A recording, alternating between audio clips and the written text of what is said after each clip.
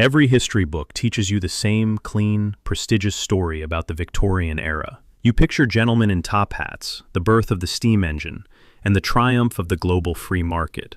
You are taught that the British Empire was built on brilliant industrialization and unmatched naval superiority. It is a highly sanitized version of history.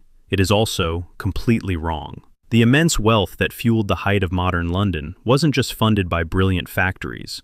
It was bankrolled by the largest state-sponsored drug cartel in human history, a corporate syndicate that deliberately addicted millions of people to a deadly narcotic simply to balance a spreadsheet. And when the victims finally tried to stop the poison from crossing their borders, the most enlightened nation on earth did not apologize. They declared war. This is the buried record. And today, we are peeling back the layers on the Victorian drug cartel. If you are the kind of person who questions what you have been taught, you are in the right place. Hit subscribe. We dig into buried records like this every single day. To understand how this happened, we have to rewind. The late 18th century. The British Empire is rapidly expanding across the globe. They command the most powerful navy on earth. They are systematically conquering India. But behind the grand facade, the British government is facing a quiet, terrifying crisis. They are going broke. And the reason for this impending financial collapse is something you probably have sitting in your kitchen right now: tea. The British public had developed an absolute obsession with Chinese tea. Millions of pounds of leaves were being shipped to London every single year. Add in luxury demands for Chinese silk and porcelain, and the British were buying massive amounts of goods from the Qing Dynasty. But there was a critical problem. Trade is supposed to be a two-way street. The British desperately wanted Chinese goods, so they assumed the Chinese would naturally want British-manufactured goods in return. They packed their merchant ships with British wool, cotton, and mechanical clocks, sailing them directly into the port of Canton. At the time, Canton was the only port the Qing Emperor allowed foreign barbarians to use. But the buried record shows a complete culture clash. The Western narrative claims China was backwards and isolated. The Eastern record tells a different story. The Qing dynasty was a massively self-sufficient superpower. They possessed a vast agricultural base and a highly advanced internal economy. When the British proudly offered their manufactured goods, the Chinese government simply was not interested. Emperor Qianlong famously sent a letter to King George III. He stated clearly that the Celestial Empire possessed all things in prolific abundance. They lacked nothing. Therefore, they had absolutely no need to import the manufactures of outside barbarians. The Chinese laid down a strict, non-negotiable rule. If you want our tea, you pay in one currency only: pure silver bullion. Suddenly, the British Empire was bleeding silver. Ships were leaving London packed with the nation's hard wealth, returning with leaves that were boiled in water and swallowed. The British treasury was being drained at an alarming rate.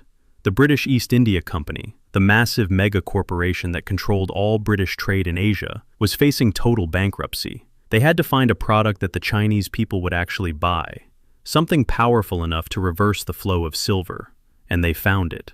They didn't find it in a brilliant new factory in Manchester. They found it in the vast poppy fields of Bengal, India.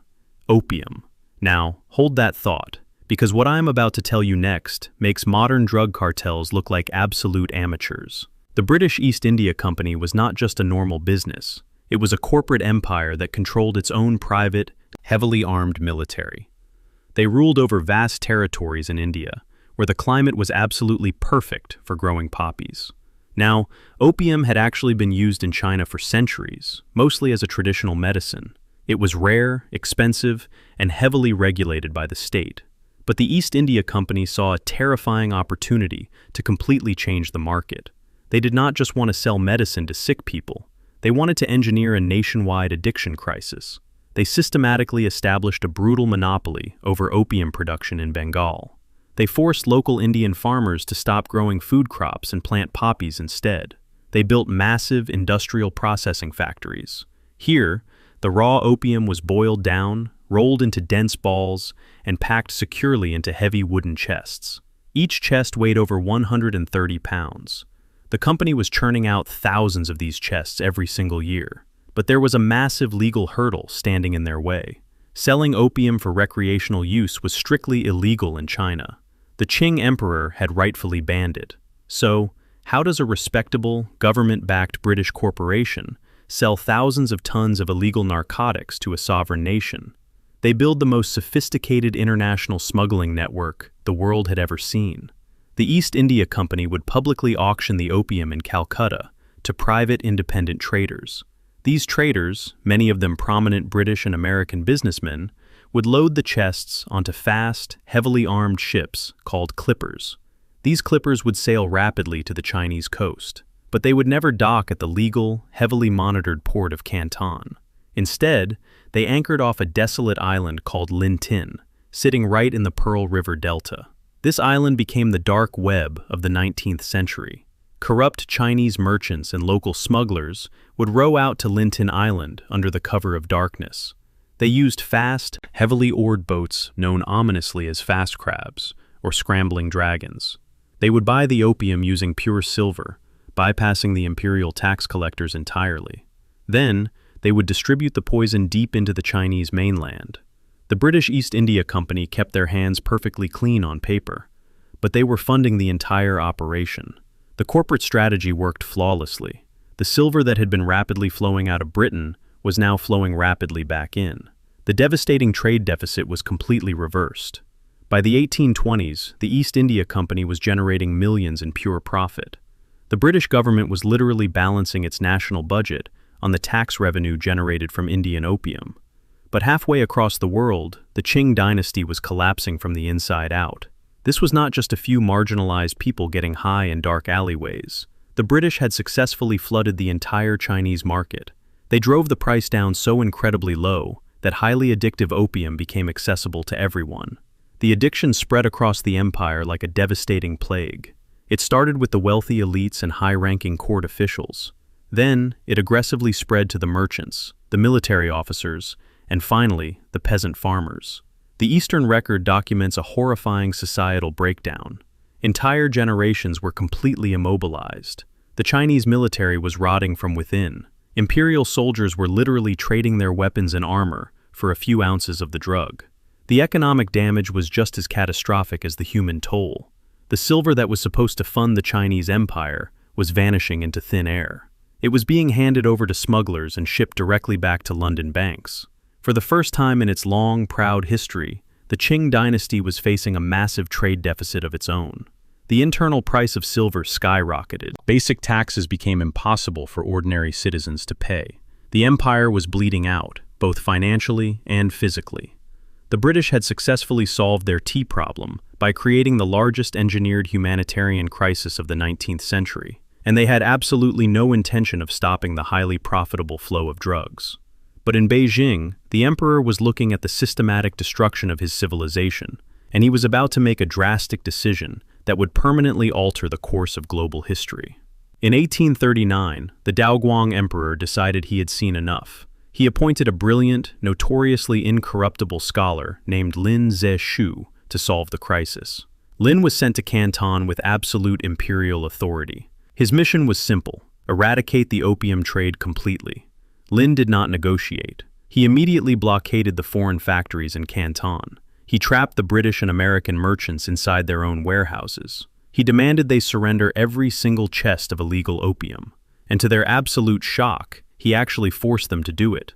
Over the course of 3 weeks, Lin Zexu confiscated over 20,000 chests of British opium. That is nearly 3 million pounds of raw, highly concentrated narcotics. He dug massive trenches on the beach at Humen. He mixed the opium with water, salt, and lime, destroying it completely. He even offered prayers to the ocean spirits to apologize for the pollution.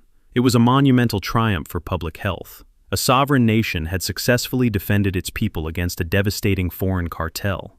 But the buried record goes deeper, because the cartel had friends in high places. When news of the confiscated drugs reached London, the reaction was not shame. It was absolute outrage. The British merchants demanded the government step in and compensate them for their lost, illegal inventory. And this is where the official story falls apart. The British government did not just agree to pay them.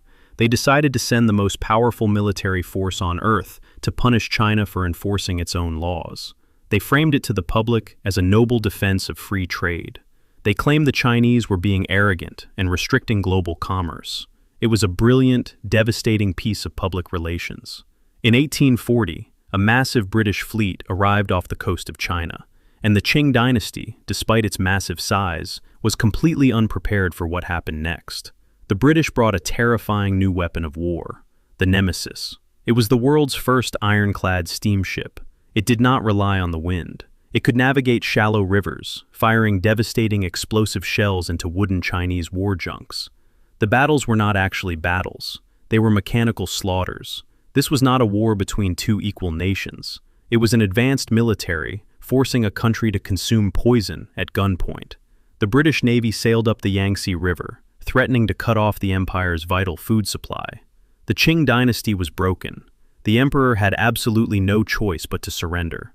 And then came the climax of the cartel's grand strategy. In 1842, the Chinese were forced to sign the Treaty of Nanjing. Western textbooks call this the first of the unequal treaties. But look at the actual terms. It was a legally binding mandate to accept a nation's addiction. The Chinese were forced to pay 21 million silver dollars to the British. Why? To literally reimburse the drug dealers for the opium Lin Zexu had destroyed. They were forced to open 5 major ports to unrestricted British trade, and they had to surrender a small, rocky island to the British Crown permanently. You know that island today as Hong Kong. The treaty completely stripped China of its sovereignty.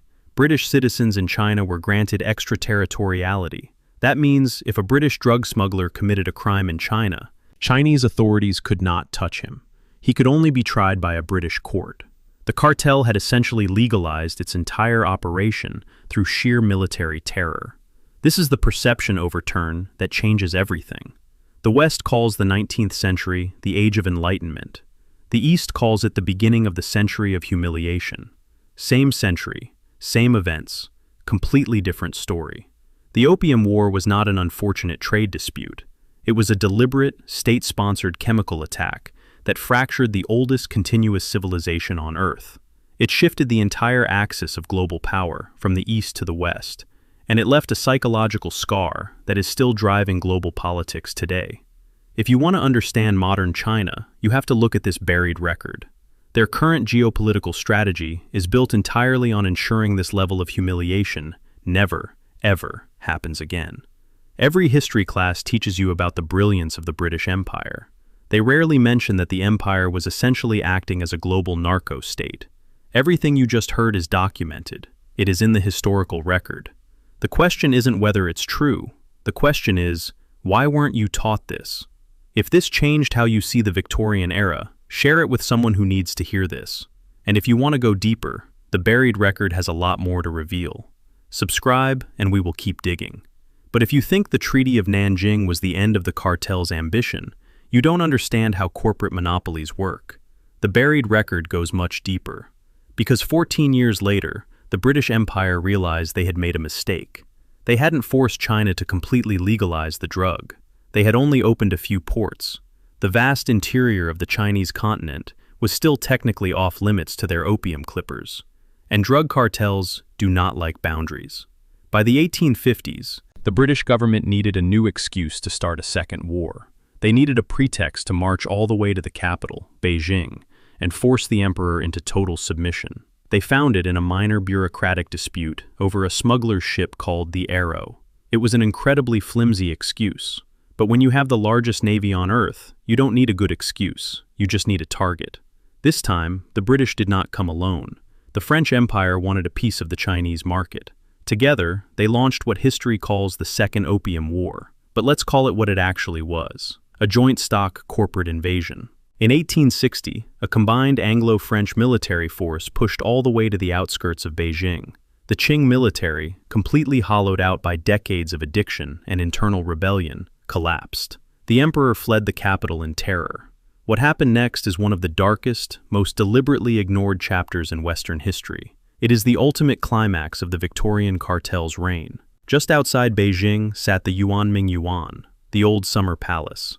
Calling it a palace is a massive understatement. It was a masterpiece of human civilization. It was an expansive complex of lakes, gardens, and architecture that spanned over 800 acres. It housed the most priceless artifacts, ancient scrolls, and artistic treasures accumulated over 5,000 years of continuous Chinese history. When the British and French troops arrived, military discipline completely vanished. For days, soldiers systematically looted the palace. They smashed what they couldn't carry. They stole ancient jades, imperial golden statues, and priceless porcelain. Many of these exact stolen artifacts are still sitting in prestigious Western museums right now.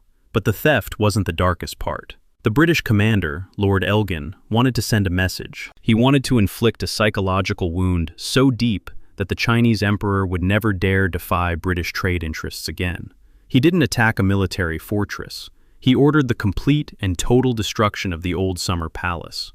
It took 4,000 troops 3 full days to burn the massive complex to the ground. The smoke was so thick it blocked out the sun over Beijing. Ancient libraries containing irreplaceable, one-of-a-kind historical texts were reduced to white ash. This was not an act of war. It was cultural decapitation. Imagine a foreign army marching into Paris. Imagine them looting the Louvre, then burning it to the ground, just to prove a point about import taxes. That is exactly what happened in Beijing. And it was done by the nations who proudly called themselves the peak of civilized society. With their cultural heart reduced to cinders, the Qing dynasty was completely broken. They were forced to sign the Convention of Beijing. This time, the cartel got exactly what they wanted. The opium trade was officially, legally recognized. Foreigners were granted the right to travel anywhere in the Chinese interior. The chemical subjugation of an empire was complete. Look at the terrifying scale of this operation. By the end of the 19th century, an estimated 13 million Chinese citizens were heavily addicted to British-supplied opium. The economic devastation was incalculable.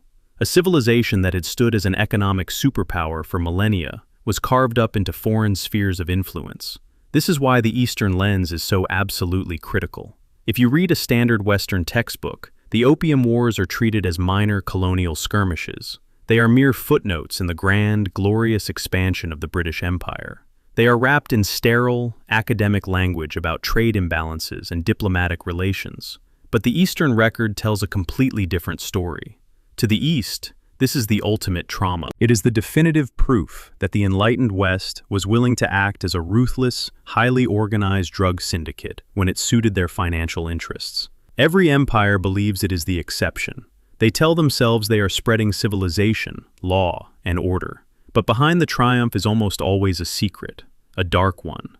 The immense wealth of Victorian London, the grand architecture, the global prestige. It was built on a foundation of shattered lives and burned palaces halfway across the world. When you look at global politics today, when you see a fiercely independent, highly guarded superpower in the East, you are not looking at a vacuum. You are looking at a nation that remembers exactly what happened the last time they trusted the West with their borders. They remember the burning of the Yuan-Ming Yuan. They remember the century of humiliation. History isn't regional, it is a closed system. When a corporate drug cartel shifts its weight in London, an empire is crushed in Beijing, and the geopolitical shockwaves are still rattling your world right now. Everything you just heard is documented. It is in the historical record. The question isn't whether it's true. The question is, why weren't you taught this? If this changed how you see the Victorian era, share it with someone who needs to hear this. And if you want to go deeper, the buried record has a lot more to reveal. Subscribe,